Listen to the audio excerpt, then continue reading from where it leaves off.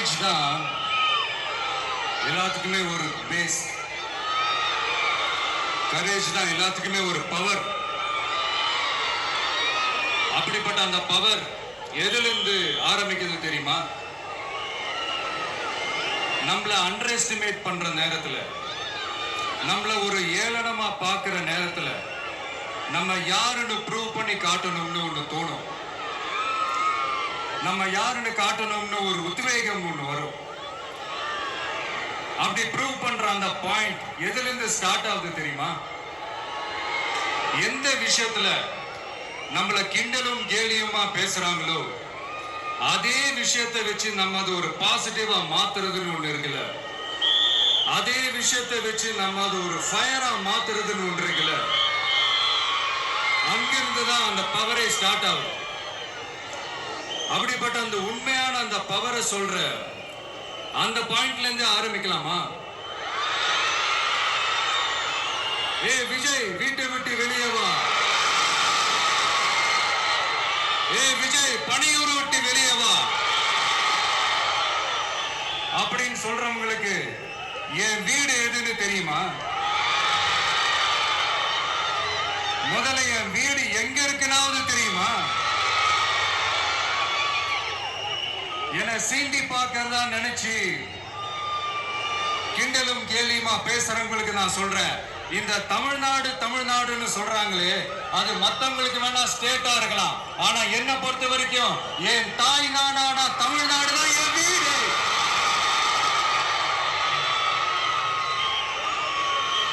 என் வீட்டுல மொத்தம் எத்தனை பேர் இருக்காங்க தெரியுமா? 8 கோடி பேர் இருக்காங்க.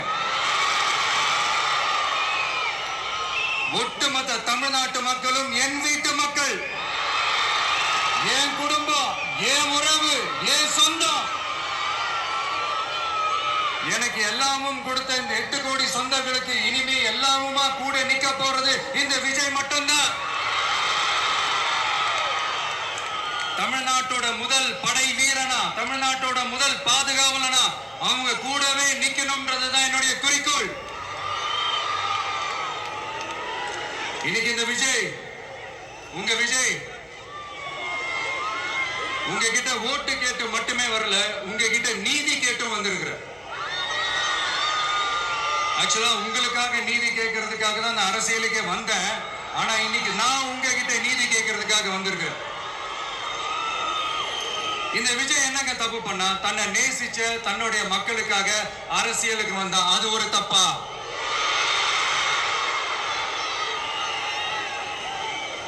எல்லாத்தையும் ஒதுக்கி தள்ளிட்டு மக்களுக்காக மட்டுமே வந்த அது ஒரு தப்பா? இந்த மத்த கட்சிகளுக்கெல்லாம் மாநாடு நடத்துறதுக்கோ, பொதுக்கூட்டம் நடத்துறதுக்கோ, இல்ல ஹால் ஃபங்க்ஷன்ஸ் நடத்துறதுக்கோ பர்மிஷன் கொடுப்பாங்க, இடம் கொடுப்பாங்க. ஆனா நமக்கு மட்டும் இடம் கொடுக்க மாட்டாங்க, கொடுக்கவும் விட மாட்டாங்க. இது என்னங்க நியாயம்?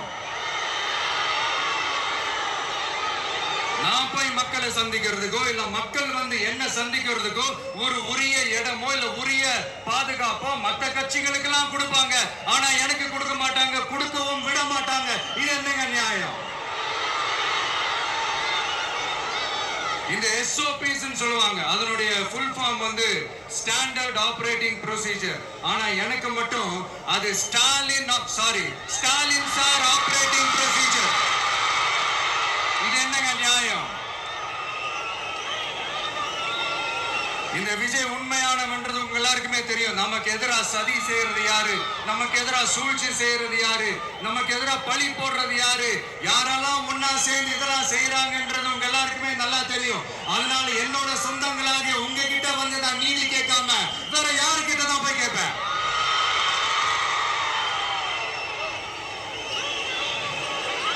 செல்ஃபே எடுக்காத ஒரு கூட்டணி கணக்கு, செல்ஃபே எடுக்காத ஒரு அரண பழைய அரித்மெட்டிக் கணக்கு, இதெல்லாம் வேலைக்கே ஆகாது. ஆணித்தரமா அடிச்சு சொல்றேன். காசு கொடுத்து ஓட்டு வாங்கலாம்னு கனவு காண்றாங்கல்ல, அதுவும் இந்த விஜய் வந்ததுக்கு அப்புறம் நடக்கவே நடக்காது. வண்டி வண்டியா கொண்டாந்து குட்டுவாங்க. 1000, 2000, 3000, 4000, 5000 சாமி மேல சத்தியெல்லாம் வாங்குவாங்க. அப்படிதான் இத்தனை வருஷமா உங்களை ஏமாத்தி இருக்கிறாங்க. வாங்கிக்கங்க, சந்தோஷமா வாங்கிக்கங்க. எல்லாம் உங்க பணம் தான். வாங்கிக்கிட்டு அவங்க காதிலே விசில முதி அனுப்புங்க. அவங்க செவிலே விசில முதி அனுப்புங்க.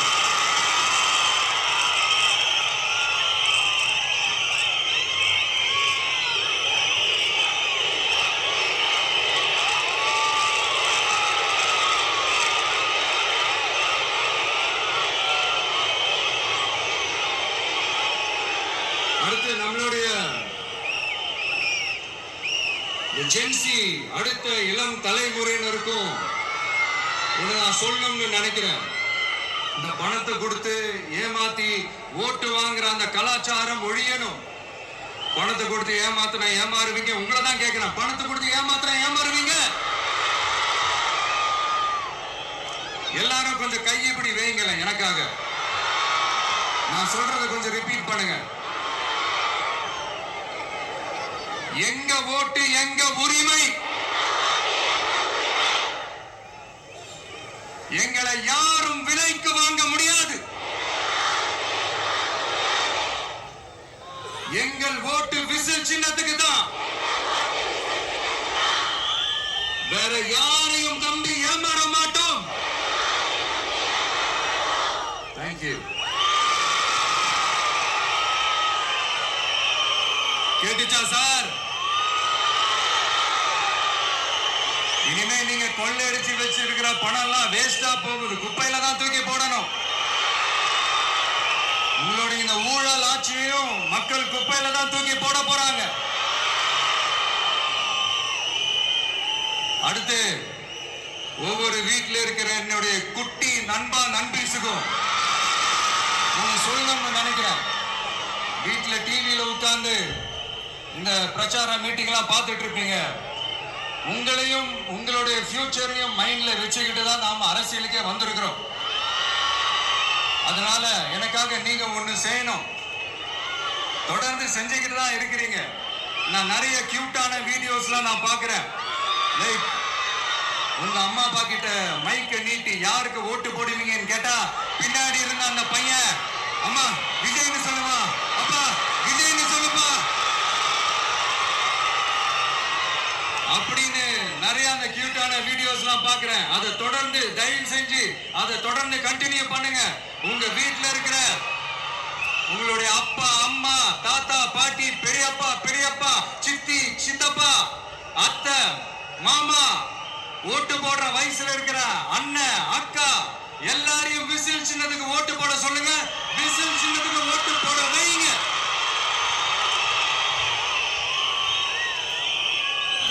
இந்த தேர்தல் நெருங்கிற இந்த நேரத்தில் பொலிட்டிக்கலா ஸ்பீக்கிங் டு த பாயிண்ட் ஒரே ஒரு விஷயம் நான் சொல்லணும்.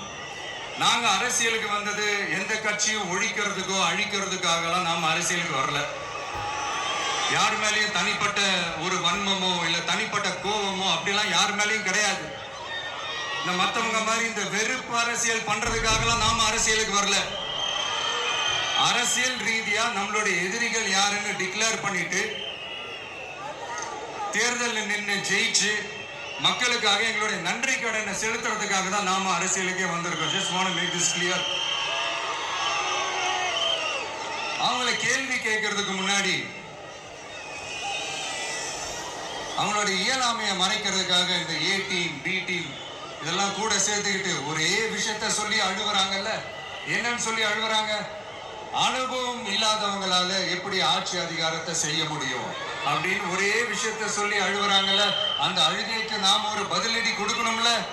மக்களே, நான் உங்களையே கேட்கிறேன், தெரியாம தான் கேட்கிறேன். இந்த அனுபவம் அனுபவம் அனுபவம்னு சொல்றாங்களே, அதிகாரத்தை வச்சு மக்கள் பணத்தை கொள்ளையடிச்சதை தாண்டி வேற ஏதாவது கொம்பு முளைச்ச பெரிய அனுபவம் இவங்களுக்கு இருக்குதா?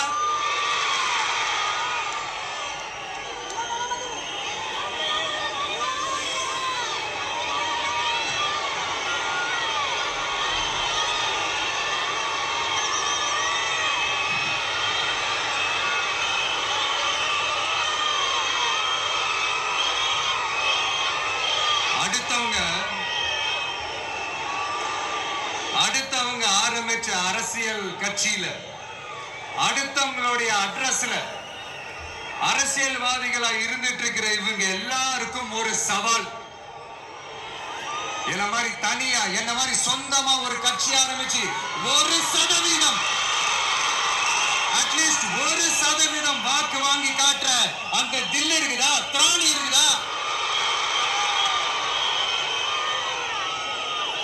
30 வருஷமா மக்கள் இயக்கமா இருந்து இன்னைக்கு மிகப்பெரிய ஒரு அரசியல் கட்சியா வளர்ந்து இந்த கூட்டணி கட்சிகள் மட்டுமே நம்பி இருக்கிற 75 வருஷ கட்சி, 50 வருஷ கட்சின்னு இன்னைக்கு ஆட்சி அதிகாரத்துல இருந்துட்டு இருக்கிற இவங்க எல்லாரையும் மீறி இன்னைக்கு களத்துல தனியா நின்னு இந்த 2 வருஷத்துல முதன்மை சக்தியா வளர்ந்து 30% தாண்டி இன்னைக்கு மக்கள் ஆதரவை பெற்றிருக்கிற நமக்கு அனுபவம் இல்லையா?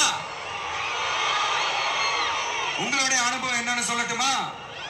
கட்சி ஆரம்பிச்ச அண்ணாவை மறந்தது, கட்சி ஆரம்பிச்ச எம்ஜிஆர் அவர்களை மறந்தது, கட்சியை வளர்த்த ஜெயலலிதா மேடம் அவங்களை மறந்தது.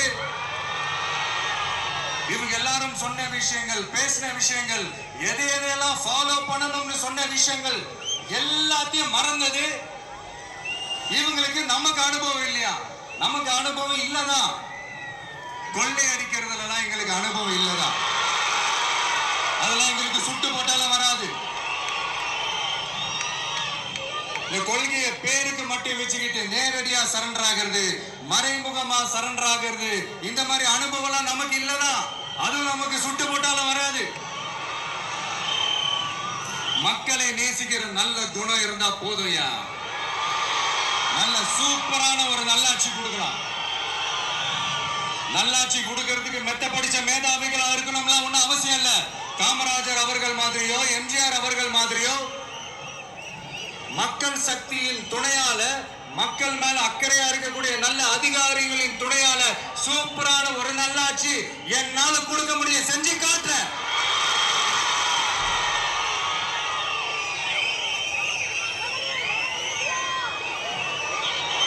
நாலரை வருஷம் ஆச்சு, 4.25 வருஷத்துக்கு மேல ஆகுது. இப்போ ஒவ்வொரு வீட்டு கதவையா தட்டி உங்கள் கனவுகளை சொல்லுங்கள், உங்கள் கனவுகளை சொல்லுங்கள், நாங்கள் அதை நிறைவேற்றி காட்டுறோம். இல்ல ஸ்டாலின் சாருக்கு மக்கள் சார்பு ஒரு கேள்வி, மக்களுடைய கனவு என்னன்னு உங்களுக்கு தெரியுமா சார்? அது சரி, அவங்க என்ன நினைக்கிறாங்கன்னு உங்களுக்கு தெரியாது, அதுக்கப்புறம் எப்படி அவங்க கனவுகளை பற்றி உங்களுக்கு தெரியும். மக்களோட கனவு என்னன்னு நான் சொல்லட்டுமா சார்? 2019, 2021, 2024 இந்த 3 தேர்தலையும் மக்கள் உங்களுக்கு வாக்களிச்சதுக்கு காரணம் நீங்க மக்களுக்கு ஏதாவது நல்லது செய்வீங்கன்னு நம்பிதான். ஆனா நீங்க மக்களுக்கு கொடுத்த பரிசு மக்களுக்கு பாதுகாப்பே இல்லாத மக்கள் விரோத ஆட்சி. அந்த மக்கள் விரோத ஆட்சியை அகற்றிட்டு அந்த இடத்தில் தமிழக வெற்றி கழகத்தை ஆட்சி பீடத்தில் அமைக்கணும் அப்படின்றதுதான் மக்களுடைய ஒரே கனவு. மக்கள் விரோத திமுக அரசை நிலைக்க கூடாது அப்படின்றதுதான் மக்களுடைய ஒரே கனவு. 100% தூய சக்தி டிவிக்கு ஆட்சி அமைக்கும். அதுல உங்களுடைய கனவுகள், உங்களுடைய ட்ரீம்ஸ் எல்லாமே ஃபுல்ஃபில் ஆகும், நிஜமாகும்.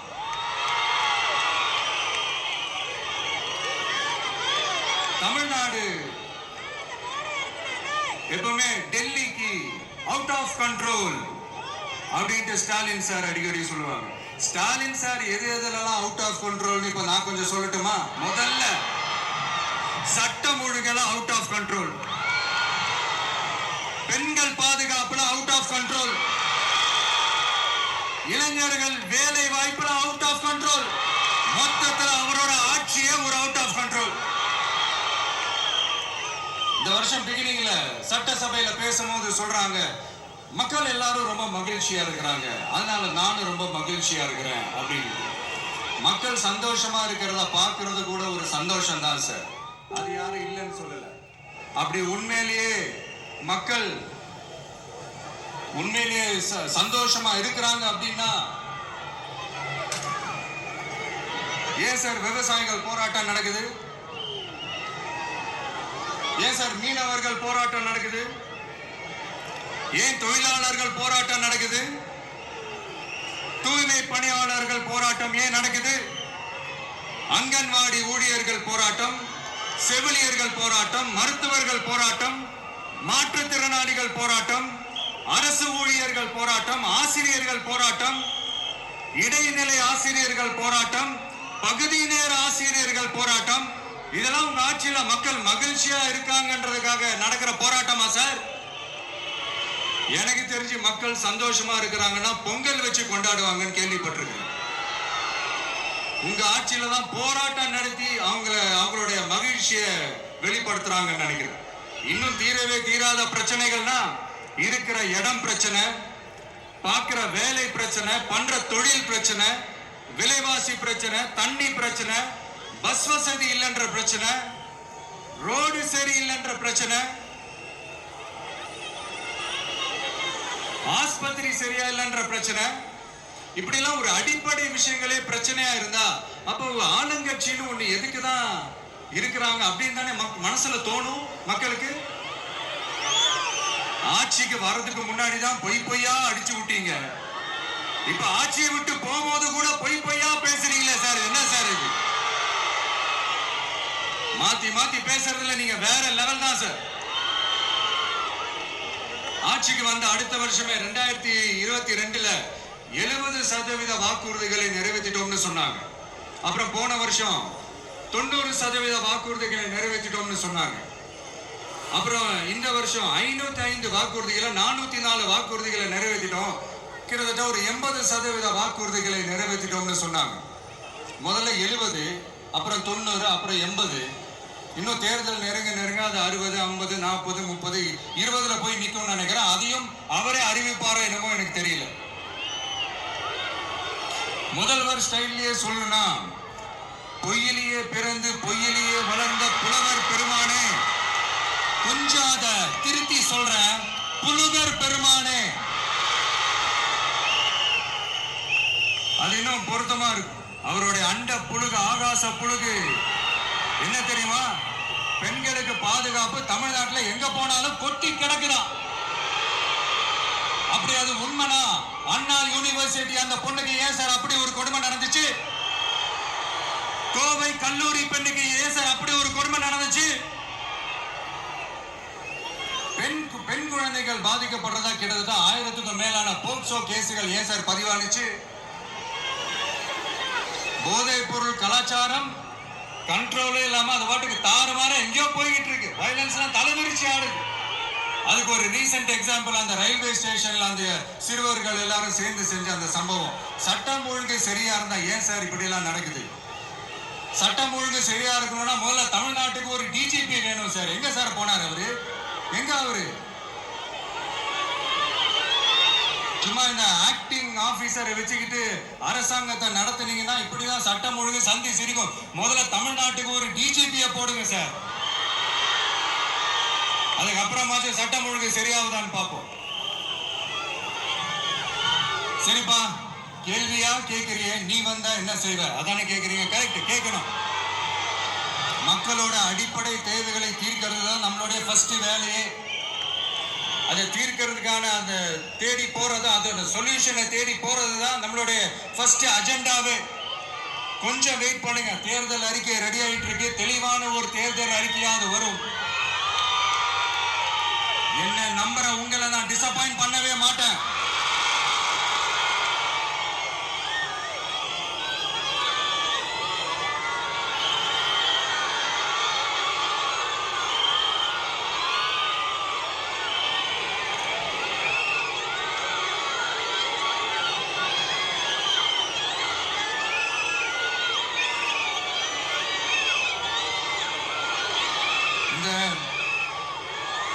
சும்மா ஆட்சிக்கு வரணும்ன்றதுக்காக இந்த நடைமுறைக்கு சாத்தியமே இல்லாத இந்த மாதிரி விஷயங்கள் எல்லாம், வாக்குறுதிகள் நான் என்னைக்குமே கொடுக்கவே மாட்டேன்.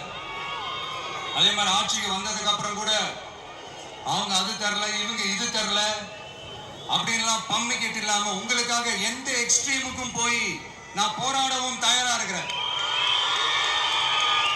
அதனால நான் மறுபடியும் இதை நான் ரிப்பீட் பண்றேன். இவ்வளவு நாள் இதை நான் மட்டும் தான் சொல்லிக்கிட்டு இருந்தேன். இப்ப களமே சொல்லுது, 2 பேருக்கு நடுவுல தான் போட்டியே. ஒண்ணு இன்னொன்னு ஒண்ணு தூய சக்தி டிவிக்கு, இன்னொன்னு தீய சக்தி டிஎம்கே.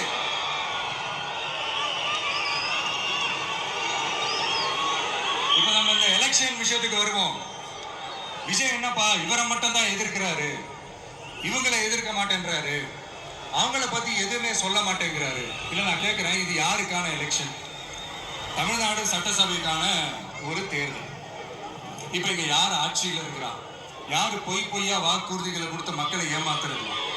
யாரு மக்கள் விரோத ஆட்சியை நடத்துறது? அப்ப இங்க யாரை அகற்றணும்?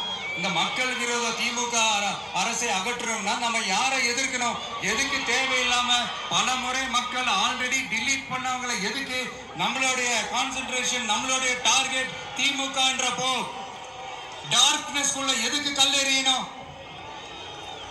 இங்க மக்களை விரும்புற விஜய் வேணுமா, இல்ல மக்கள் விரோத ஆட்சி நடத்துற ஸ்டாலின் சார் வேணுமா?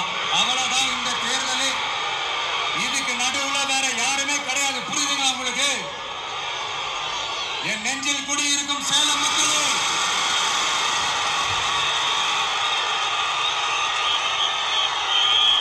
one last simple question.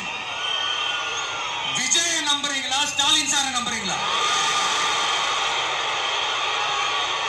அவ்வளவுதான், முடிஞ்சு போச்சு. கதம் கதம். ஒரு முழக்கவங்களை ஒரு நிமிஷம் கூட தூங்க விடாது. இந்த போன லாஸ்ட் வீக் இந்த டிஎன்பிஎஸ்சி இந்த எக்ஸாம்ஸ், அந்த குரூப் 2 எக்ஸாம்ஸ் அதை அனௌன்ஸ் பண்ணிட்டு உடனே அதை கேன்சல் பண்ணிட்டாங்க. இது உலகத்துக்கு எல்லாருக்கும் தெரியும். கேன்சல் பண்ணிட்டு ரொம்ப சிம்பிளா டெக்னாலஜி ஏதோ சம் ஃபால்ட், டெக்னிக்கல் ஃபால்ட் அப்படின்னு சொல்லி அதை கடந்து போயிட்டாங்க. இத்தனை வருஷமா ராத்திரி பகலமா கஷ்டப்பட்டு படிச்சு எப்படியாவது நமக்கு அந்த வேலை கிடைக்காதான்னு அந்த எக்ஸாம்ஸை ஃபேஸ் பண்ண வந்த நம்மளுடைய தம்பி தங்கைகள் எவ்வளவு ஒரு மன உளைச்சலுக்கு ஆளாயிருப்பாங்க. அதை யாராவது யோசிச்சு பார்த்தீங்களா? ஒரு எக்ஸாம்ஸை ஒழுங்கா நடத்த தெரியல, இதுல உலக நாடுகளோட போட்டி போடுறாங்க. நம்மளுடைய தம்பி தங்கைகள் நம்ம அம்மா அப்பா கிட்ட சொல்லுங்க, யாரும் தைரியம், எல்லாரும் தைரியமா இருங்க. வரப்போறது உங்க ஆட்சி, நம்ம ஆட்சி.